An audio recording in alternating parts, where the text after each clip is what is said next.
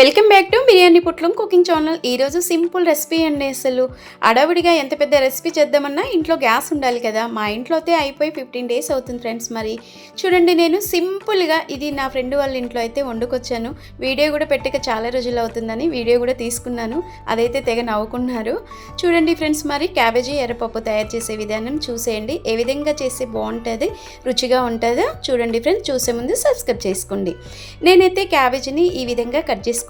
పొడుగులో ఇలా సన్నగా కట్ చేసుకోవాలండి.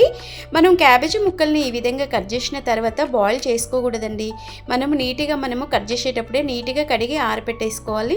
నేను 50 గ్రాముల ఎర్రపప్పు అయితే తీసుకొని నీట్గా కడిగి ఆరబెట్టేసుకోకుండా నానబెట్టేసుకొని పక్కకు పెట్టేసుకోవాలండి.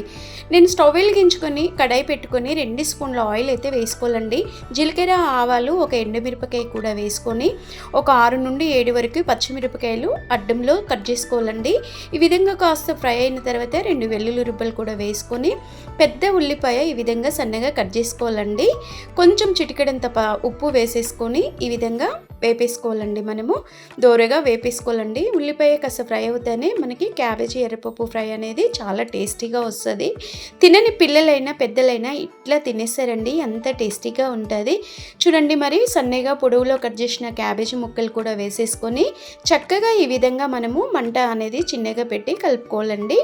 ఇలా కలుపుకుంటుంటే సరిపోతుందండి. కొంచెం మన క్యాబేజీ ముక్కలకు పట్టేలా కొంచెం సాల్ట్ వేసుకోవాలి.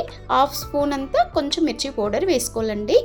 1/2 స్పూన్ మిర్చి పౌడర్ ఎందుకంటే మనకి కొంచెం సరిపోతుంది కనుక పచ్చిమిర్చి ఎక్కువ వేసాను. ఇంట్లో చేసి పెట్టిన మసాలా కూడా కొంచెం వేసుకున్నానండి. ఎందుకంటే క్యాబేజీ ఫ్రైలో మసాలా వేస్తే చాలా టేస్టీగా నోటికి కమ్మగా ఉంటుందండి. ఎండాకాలం కొంచెం ఎక్కువ తినాలనిపిస్తుంది. ఎంత మంచిగా చేసినా ఎండాకాలం అసలు నోటికి ఏది రుచి రాదండి. అప్పుడప్పుడు ఓసారి మీరు కూడా ఇలా ట్రై చేయండి, చాలా టేస్టీగా ఉంటుంది ఫ్రెండ్స్. చూడండి, మరి ఉప్పు కారం వేసిన తర్వాత కూడా మనము చక్కగా ఈ విధంగా ఫ్రై చేసుకోవాలండి. ఇలా ఫ్రై చేసిన తర్వాత నేను కొంచెం సిమ్లో పెట్టి దోరగా ఫ్రై చేసిన తర్వాత చిన్న చెమ్ము అండి, ఇది పిల్లలు ఆడుకునే చెమ్ము నేను యూజ్ చేసుకుంటున్నాను, నవ్వుతారు మా పిల్లలు. దాంతో వాటర్ వేసేసుకోవాలి. కొన్ని 50 గ్రాముల వాటర్ వేసేసుకొని మనము సిమ్లో పెట్టి మూత తీసుకోవాలి. చూడండి, ఈ విధంగా కొంచెం మెత్తగా బాయిల్ అవుతూ ఉంటుంది కదా. ఎక్కువ నూనె కూడా వేసుకోవాలి, ఎక్కువ వాటర్ కూడా లేదండి. క్యాబేజీని ఉడకపెట్టుకొని చేస్తూ ఉంటారు కదా, క్యాబేజీని ఉడకపెట్టొద్దండి, విటమిన్స్ అనేది పోతాయి. క్యాబేజీని డైరెక్ట్గా ఇలా వండుకుంటే మాత్రం చాలా టేస్టీగా ఉంటుందండి. చాలామంది క్యాబేజీ స్మెల్ వస్తుంది, నేను తినను వాళ్ళకు అనుకునే వాళ్ళకైతే చాలా పర్ఫెక్ట్ రెసిపీ అండి. తప్పనిసరిగా మీరు తినండి. ఇలా చేసుకొని తింటే మాత్రం కమ్మగా ఉంటుంది, పదే పదే చేసుకోవాలనిపిస్తుందండి. చూడండి, మరి క్యాబేజీ కాస్త ఫ్రై అయిపోయాక నానబెట్టిన ఎర్రపప్పు కూడా పైనంగా వేసుకోవాలి. ఎర్రపప్పును కూడా వేసి చక్కగా ఈ విధంగా వేపేసుకోవాలండి.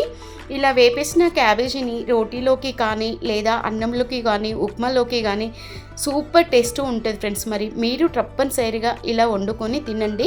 సిమ్ములో పెట్టేసి వాటర్ పెట్టాలండి, ఉమ్మగిల్లిపోతుంది క్యాబేజీ ఎర్రపప్పు అనేది. చూడండి, చక్కగా ఎర్రపప్పు కూడా బాయిల్ అయ్యేది, క్యాబేజీ కూడా దగ్గరికి ఫ్రై అయిపోయేది కదా. ఈ విధంగా ఫ్రై అయిన క్యాబేజీని మనము అన్నంలో కానీ లేదా దేంట్లో అయినా తినేయొచ్చండి. తినని వాళ్ళు కూడా గిన్నె మొత్తం మూర్చుకునేలా అంత టేస్టీగా ఉంటుంది ఫ్రెండ్స్. మరి మీరు తప్పనిసరిగా ట్రై చేయండి. చేసే ముందు మన ఛానల్ని సబ్స్క్రైబ్ చేసుకోండి, ఒక లైక్ చేసి షేర్ చేసి సబ్స్క్రైబ్ చేయండి. Bye bye.